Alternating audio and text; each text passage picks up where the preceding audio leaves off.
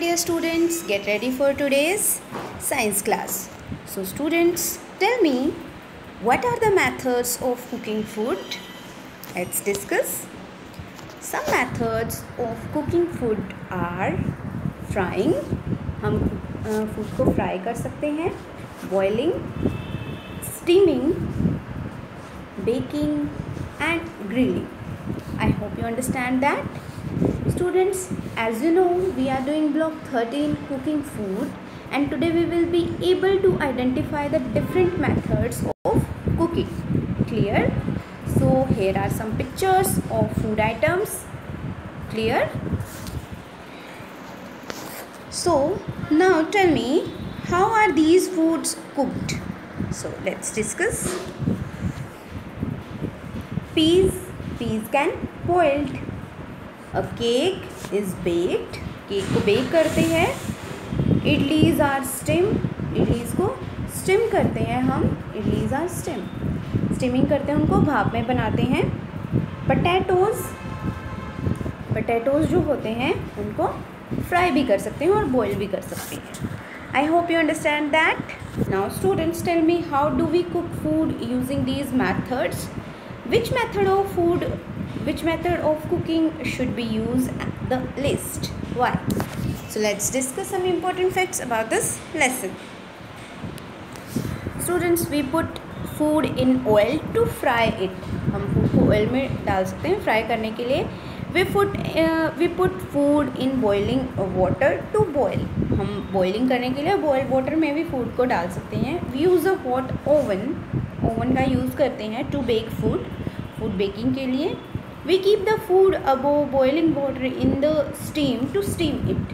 भाप में बनने के लिए एक बॉइलिंग वाटर के ऊपर हम उस फूड को रख सकते हैं ताकि भाप उस तक पहुँचे और वो फूड पक जाए.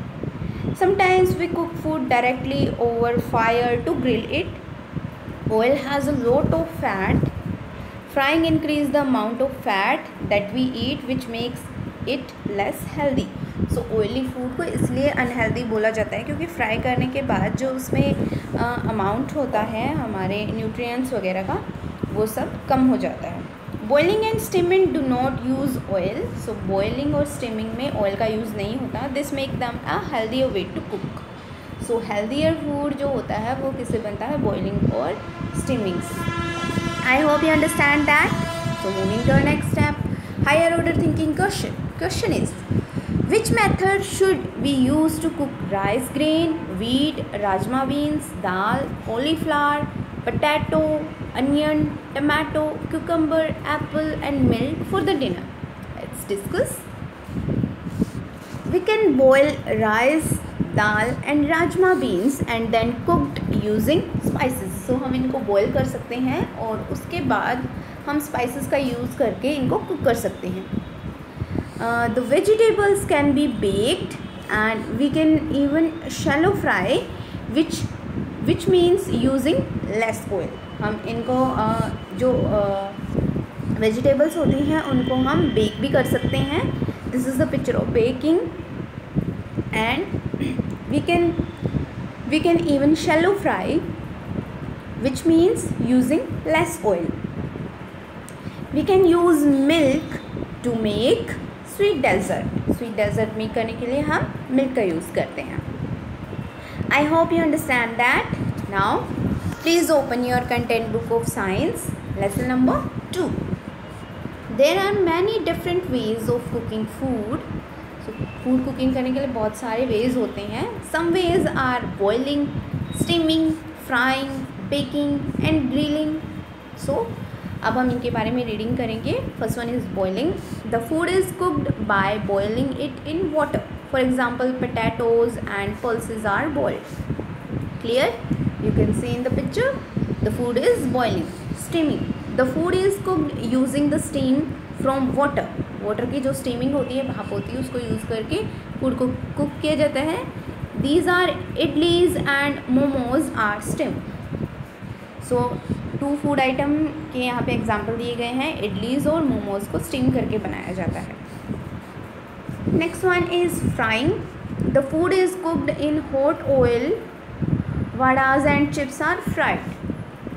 सो जिस फूड को हॉट ऑयल में कुक किया जाता है उसको बोलते हैं frying food. You can see in the picture. So 2 examples are vadas and chips. Next one is grilling.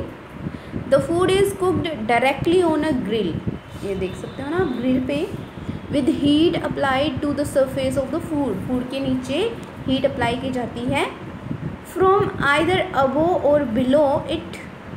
So naan and paneer tikka are grilled. जो नान और पनीर टिक्का होते हैं वो ग्रिल्ड होते हैं.